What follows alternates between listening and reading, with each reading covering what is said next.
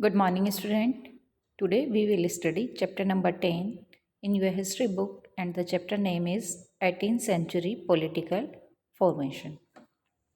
Means 18th century में political किस तरह से फॉर्मेशन हुआ उसके बारे में हम इस चैप्टर में पढ़ने वाले हैं।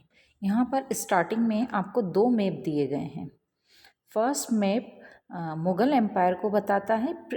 फर्स्ट हाफ 18th सेंचुरी में जो मुग़ल एम्पायर था उसको बताता है कि उसमें काफ़ी सारे चेंजेस इस टाइम पर आ रहे थे, बहुत कुछ चेंज हो रहा था इस टाइम पर।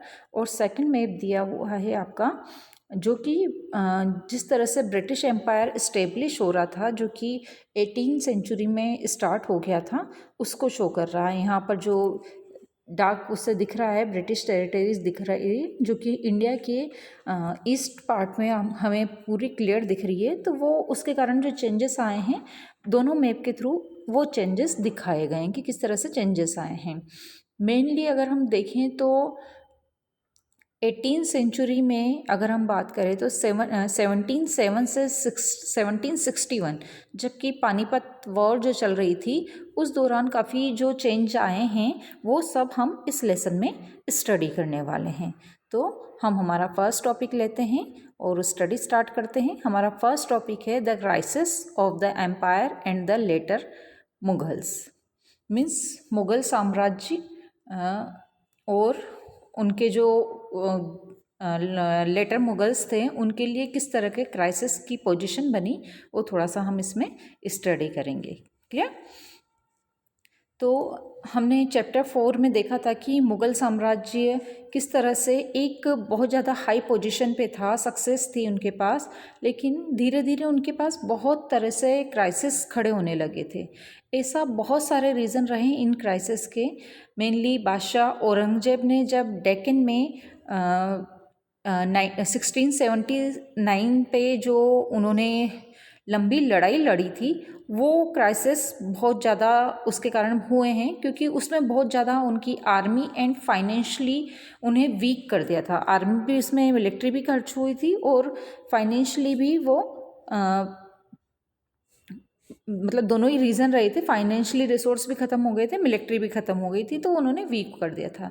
तो औरंगजेब के बाद जो उसके जो सक्सेसर्स थे उनमें एक कार्यकुशलता नहीं थी। उसके कारण धीरे धीरे क्या हुआ था, ब्रेक डाउन हो गया था मुग़ल एम्पायर, एडमिनिस्ट्रेशन पूरा ख़त्म हो गया था। तो मनसबदार जो थे वो काफ़ी पावरफुल हो रहे थे और उन्हें कंट्रोल में रखना बहुत टफ था। तो सूबेदार के रूप में उन्होंने मनसबदार की जगह सूबेदार के रूप में उन्होंने अपॉइंट किया था कि अब ये थोड़ी शासन संभालेंगे, एडमिनिस्ट्रेशन संभालेंगे।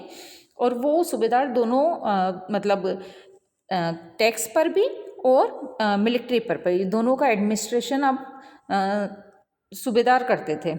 इससे मुग़ल जो एम्पायर था उसकी जो बहुत ज़्यादा फैला हुआ था, वो उसको पॉलिटिकल, इकोनॉमिकल और मिलिट्री सभी शक्तियाँ मिल गई थी। और जैसे जैसे सूबेदार ने उसका एडमिनिस्ट्रेशन संभाला और खुद को पावरफुल बनाया, तो उन्होंने क्या किया कि जो कैपिटल में जो रेवेन्यू पहुंच रहा था उसको उन्होंने कम कर दिया। मीन्स सूबेदार क्या कर रहे थे, खुद अपने पास रख रहे थे और अपनी power day by day increase करते जा रहे थे।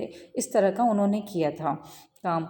अब है कि नॉर्थ और वेस्ट इंडिया के कुछ हिस्सों में, बहुत सारे हिस्सों में उस टाइम ज़मींदार और किसान, पीसेंट्स और ज़मींदार के बीच में बहुत सारे क्राइसिस हो रहे थे, बहुत सारी प्रॉब्लम्स थी उस टाइम पर। जो हमारा थर्ड ये है, ये इसी को बताता है कि बहुत सारी प्रॉब्लम्स थी। उसके कारण अब ये प्रॉब्लम्स क्यों थी, फर्स्ट तो उन्होंने रेवेन्यू मतलब जो बहुत ज़्यादा रेवेन्यू लेते थे उसके विरुद्ध चले गए थे पीसेंट्स। और कई बार ये क्या होता था कि जितने भी पावरफुल हेड होते थे उन्होंने अपनी पोजीशन को बहुत ज़्यादा अच्छा बनाने के लिए भी इस तरह के प्रॉब्लम्स क्रिएट की हैं। तो इस तरह की सारी जो चुनौतियां थी मुग़ल साम्राज्य को फेस करनी पड़ रही थी। और अब ऐसे, परंतु इस टाइम पर उन्होंने इकोनॉमिकल जितने भी रिसोर्सेस थे उनका यूज़ करके अपनी स्थिति को मजबूत बनाने का प्रयास किया और धीरे धीरे क्या हो रहा था कि जितनी भी उनकी पॉलिटिकल, इकोनॉमिकल और मिलिट्री थी, ये सब दूसरे ग्रुप के हाथ में आ रही थी और सूबेदारों के हाथ में या दूसरे उनके हाथ में आ रही थी। और औरंगजेब के जितने भी सक्सेसर्स थे, उनके उत्तराधिकारी जो भी थे, वो इस बदलाव को रोक नहीं पा रहे थे। अब इन्हीं सारे चेंजेस के बीच में जो इकोनॉमिकल और इतने पॉलिटिकल चेंज हो रहे थे, इसी के बीच में ईरान के जो हैं रूलर थे नादिर शाह, उन्होंने 1739 पे दिल्ली पर अटैक कर दिया था और पूरी उसको लूट पाट कर वो भारी मात्रा में धन दौलत वगैरह सब कुछ ले गया था। अब नादिर शाह के आक्रमण के बाद अगर देखें तो अफ़गान शासक था अहमद शाह अब्दाली, उनका आक्रमण, वो अटैक करते रहते थे इस पर। तो 1748 से 1761 के बीच में करीब 5 बार उन्होंने इंडिया पर अटैक कर दिया था और लूटमार मचाई थी। तो हो क्या रहा था कि जितना भी एम्पायर था, इस पर चारों तरफ से प्रेशर पड़ रहा था, लेकिन जो उसके कॉम्पिटिटर थे उसे और कमज़ोर बना रहे थे। और मेनली उसमें था नोबल्स का 2 गुटों में बटे हुए थे इनके। फर्स्ट था ईरानी और सेकंड था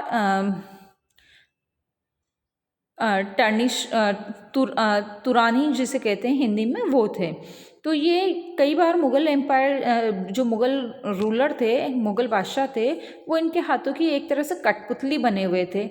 और मेन प्रॉब्लम या कह सकते हैं कि बहुत ज़्यादा वर्स्ट कंडीशन तब आ गई जबकि 2 मुग़ल बादशाह, उसमें से फर्स्ट था कि फ़र्रुखशियर और आलमगीर की तो उन्होंने हत्या कर दी। एंड और जो उनको 2 मुग़ल बादशाह जो थे, शाह आलम द्वितीय को उन्होंने अंधा कर दिया था। इस तरह के काम उन्होंने यहाँ पर किए थे। Now we take our next topic, emerge of new states, means नए राज्यों का उदय। अब जैसे जैसे मुग़ल सत्ता ख़त्म हो रही थी, पतन हो रहा था मुग़ल सत्ता का, उसके साथ साथ कई बड़े स्टेट्स जिसमें सूबेदार और ज़मींदार मेन थे, वो अपने आप को पावरफुल बना रहे थे।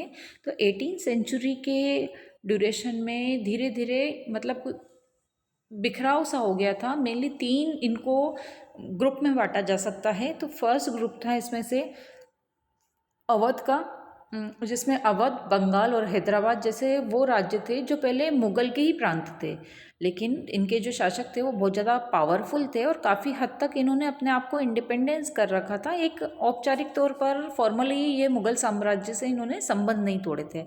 सेकंड आता है ऐसे राज्य जो मुग़ल के पुराने शासनकाल में काफ़ी इंडिपेंडेंट थे, इनमें कुछ राजपूत भी आते हैं। तीसरी कैटेगरी में मराठा, सिख और जाट के स्टेट आते थे। ये कई तरह के, कई आकार के थे। उन्होंने कड़े और लंबे संघर्ष के बाद मुग़लों से स्वतंत्रता छीन ली थी। तो इस तरह के नए राज्य बन रहे थे। Then we take next topic, the Mughal provinces, means पुराने मुग़ल प्रांत। अब जितने भी पुराने मुग़ल स्टेट्स थी, उनमें जिन उत्तराधिकारी राज्यों का इमर्ज हुआ था, उनमें से 3 राज्य बहुत ज़्यादा मेन थे। फर्स्ट था Awadh, second Bengal and third is Hyderabad. ये इन तीनों के जो जिन्होंने इन्हें बनाया था, उनके प्रोमिनेंस थे कि सादत खान अवध से थे, मुर्शीद कुली खान बंगाल के थे और आज़फ जहाँ हैदराबाद से थे, जिन्होंने मुग़ल दरबार में ऊंचा स्थान पाया हुआ था। मुग़ल बादशाह जो थे वो इन पर काफ़ी ज़्यादा ट्रस्ट करते थे, काफ़ी विश्वास करते थे। अब इसमें से आसफ जहाँ और मुर्शीद कुली खान को 7 हजार जात का पोजीशन मिली हुई थी, और जबकि सादत खान का एक जात का दर्जा 6,000 के इक्वल था। इस तरह से इन्हें एक दर्जा मिला हुआ था। अब हम लेते हैं हैदराबाद। तो निज़ाम उल मुल्क आसफ जहाँ जो हमने बात की थी अभी पहले, इसने हैदराबाद राज्य को इस्टेब्लिश किया था 1724 से 1748 के बीच का टाइम पीरियड था इनका। ये मुग़ल बादशाह जो थे, मुग़ल रूलर जो थे फ़ारूक सियर, उनके जो कोर्ट में एक बहुत ज़्यादा पावरफुल पर्सन थे आसफ़ जहाँ। इन्हें सबसे पहले अवध की सूबेदारी सौंपी गई थी और उसके बाद डेक्कन में जो भी हुआ था तो वहाँ का सारा वर्क इन्हें दे दिया गया था। डेक्कन में उस टाइम पर ये सूबेदार होने की वजह से उनके पास पहले से ही काफ़ी पॉलिटिकल एंड फाइनेंशियल पावर थी इनके पास और कंट्रोल भी था। तो डेक्कन में जितने भी क्राइसिस हुए और मुग़ल दरबार में भी, मुग़ल कोर्ट में भी बहुत ज़्यादा कंपटीशन चल रहा था, उन सब का फ़ायदा उठाकर इन्होंने इस सत्ता को हथिया लिया था एक तरह से और वहाँ के एक्चुअल रूलर बन गए थे।